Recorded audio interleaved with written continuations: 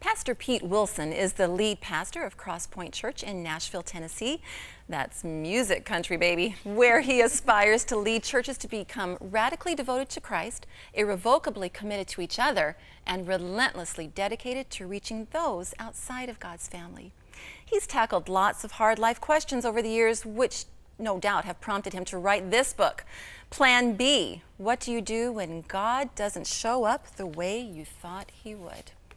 Pete, welcome to Full Circle. Thank you. I'm glad to be here. I'm a little intimidated right now, but I'm excited to be here. You're surrounded. Now, Pete, you and your wife, Brandy, you live in Nashville, and you've got 3 sons. So, I mean, this might be a little overwhelming to be surrounded by women. This is way overwhelming. How old are your boys now? They are 9, 6, and 4. They're just little guys. Oh, they are a blast. Yeah. Real blast. And Pete, are you a musician part-time? I'm just kidding. No, I'm not. I know, that was just a little joke that everybody thinks from Nashville, you got to be a musician. Of course, you play guitar and you sing. Yeah. I can't do either. But you can write. You can definitely write. Well, and I know you. we have all really been enjoying your book. And the subtitle is, What Do You Do When God Doesn't Show Up the Way You Thought He Would? Yeah. Do you answer that question in this book? Well, I think we certainly try. You know, I think that, gosh, everybody is dealing with and struggling with this whole idea in life of what do you do when God doesn't show up? Because we all have these dreams and we have these aspirations, and whether it's to get married or you know, your certain dreams that have in your career, and we struggle with this because life doesn't always turn out in the way we thought it was going to turn out. So what do you do with those shattered dreams? What do you do with those plan Bs? And that's kind of what we get into in the book. You know, I think all of us have had, you know, we were talking about before, we've all had our shattered plan As. And I was reading thinking, do you think that maybe sometimes our plan A is not necessarily God's plan A? Absolutely. Absolutely. I think often these plans that we have laid out for ourselves are not necessarily what God has planned for us.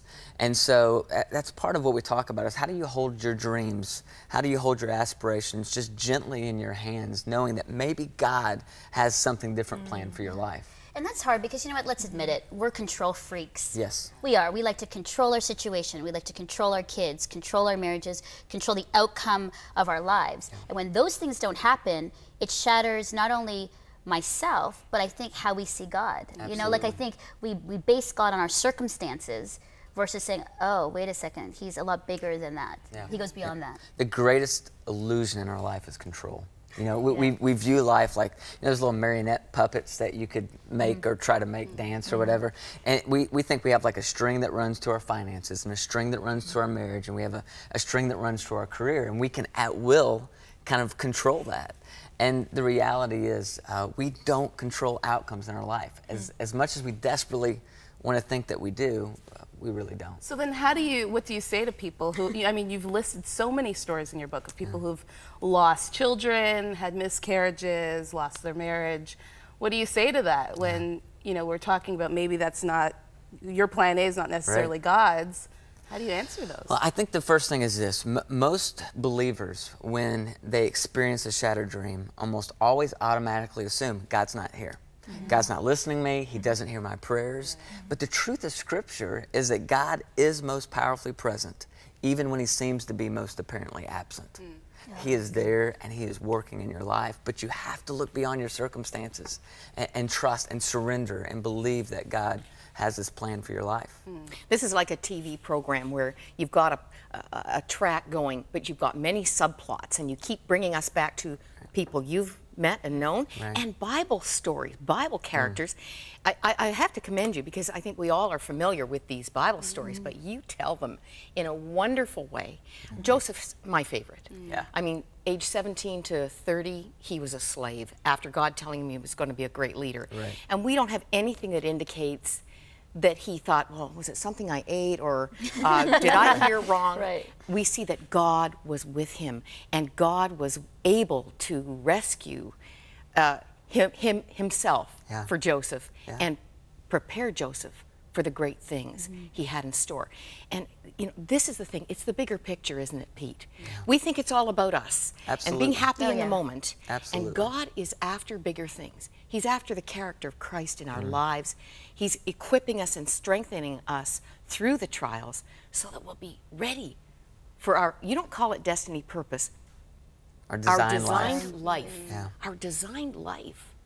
Yeah. You know, I love that story of Joseph as well, because his whole life, I mean, you know, he's beat up by his brothers, he's thrown into a pit, he's sold into slavery, he's falsely accused of rape by his boss's wife, he's imprisoned, and there's this phrase all the way through his story. It says, the Lord was with Joseph.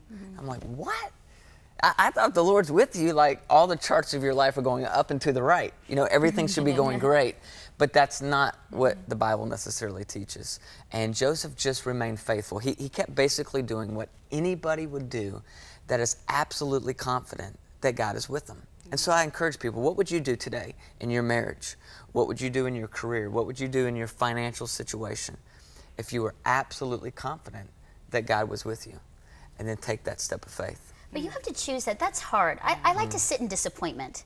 I like to sometimes grovel and be upset at God, raise my fist at him and be like, why me? Man, why me? This is, oh, woe is me, and, you know, sackcloth and ashes, and, you know, really, there's that part of us that's like Absolutely. victim, and it's tough. Yeah. So how do you move from that? Because, you know, I've had, you know, a lot of shattered dreams in my life, and there are moments where I'm like, seriously? Like, God, there's a choice here. Like, I'm not really, you're not tracking with me, and I'm kind of getting mad at you. Right. But there is a choice. But how do you get there? Because it's not easy. Well, I think it's a mentality. I think that, you know, I think there's a great story I tell about my boys. My youngest son, who's 4, his name's Brewer. He's a handful. And one night, my wife's out on a girls' night, and so I've just got the 3 boys, which can be dangerous. And my youngest, he loves these little fruit snacks, which have no fruit in them, but they're in the shape of fruit. And that makes you feel better as a They parent. look like fruit, yeah, and they look taste like like fruit. fruit. So I'm just feeding them one after another, and then I cut them off. And he starts to throw this fit, and he starts screaming, I want my mommy. I want my mommy. I'm thinking, I want your mommy too. But I'm sitting there, I'm holding him, and I think he doesn't really want his mommy. He wants what he thinks his mommy might give him, which would be more fruit snacks. And I just felt God kind of tap me on the shoulder and say, Pete, doesn't that so describe our relationship sometimes? All you're crying out to me and you're praying to me and your worship to me isn't really about you wanting me. It's about you wanting what you think I might give you. Oh. And I want to get to this place in my life where, you know what, if God doesn't give me one single more thing, I understand that I still owe him everything. And that's my goal. I'm not there yet either, but that's where I want to be. You know, so often in our lives, it takes those hitting the wall moments for us to finally see that, to see that, okay, you know what, the blessings I have, the relationships, whatever, really don't matter. Right. What matters is my awareness that God is in control, that he loves me desperately, and that he wants good for me, but he's going to work it in a way that he sees fit is best. Yep, that's so right. And I just wish in my life I could get to the place where I would fully surrender to him without having to hit that wall. But I think for most of us, that's what it takes. It takes hitting that wall before we fully surrender. Pete, the beginning of your story is pretty idyllic. I mean, what did you say, going up and to the right? Yeah. Where did you first hit the wall?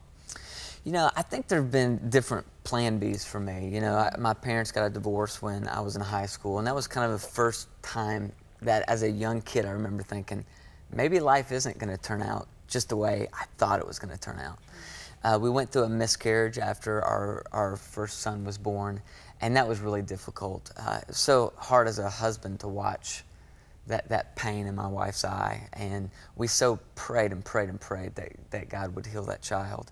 And that was a real wall for us. I remember laying there in bed just thinking, God, how am I going to explain this to my church? We've been praying and praying, and I had already in my mind written the sermon of what it was going to be like and what I was going to say when God healed our baby. And that was a real wall for me, of getting that place to say, God, I don't get this.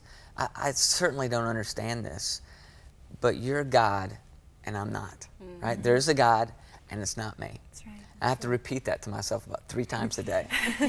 And it just helps me get in that place where I begin to live my life surrendered. And I still have dreams and I have aspirations, I have desires, but I hold them very loosely, knowing that God may have something completely different, better than I ever could have imagined, planned for my life. You say the pursuit of God changed your life. I mean the book, A.W. Tozer's Right. Pursuit of God. Yes. How so?